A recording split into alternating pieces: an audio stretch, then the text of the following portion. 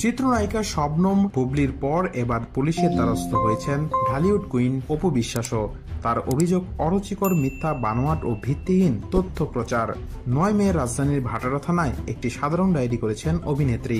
বিষয়টি নিশ্চিত করে ডিএমপির গুলশান বাড্ডা জোনের সহকারী কমিশনার রাজন কুমার সাহা গণমাধ্যমকে জানান, তদন্ত করে অভিযুক্তদের বিরুদ্ধে ব্যবস্থা নেওয়া হবে।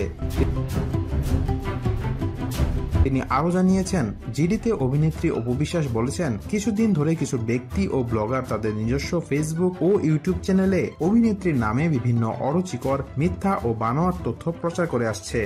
এমন অবস্থায় বিষয়টি সাধারণ ডায়েরিভুক্ত করে রাখার প্রয়োজন মনে করে আইনের দ্বারস্থ হয়েছেন নায়িকা। পুলিশ সূত্রে জানা গেছে, 34টি ফেসবুক পেজ ও ইউটিউব চ্যানেলের নাম উল্লেখ করেছেন অপু বিশ্বাস।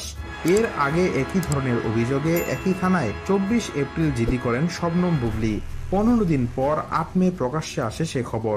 জিডিতে একটি বেসরকারি টেলিভিশনের ফেসবুক পেজ সহ অন্তত 30টি ফেসবুক অ্যাকাউন্ট, পেজ ও ইউটিউব চ্যানেলের নাম উল্লেখ করেছেন বুবলি। সম্প্রতি ঢালিউড সুপারস্টার শাকিব খানের পারিবারিক একটি সূত্র নাম প্রকাশ না করার শর্তে সংবাদ মাধ্যমে দাবি করেন, কিং খানের প্রাক্তন 2 স্ত্রী অপু বিশ্বাস এবং বুবলি নাকি শাকিব সম্পর্কে সংবাদ মাধ্যমে বিভ্রান্তিকর কথাবার্তা বলেন। এতে বিরক্ত শাকিব ও তার পরিবার।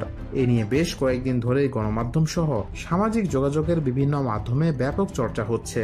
কটাক্ষ করা হচ্ছে অপু বুবলিকে। ধারণা করা হচ্ছে, এ কারণেই হয়তো আইনি পদক্ষেপ নিয়েছেন এই দুই অভিনেত্রী।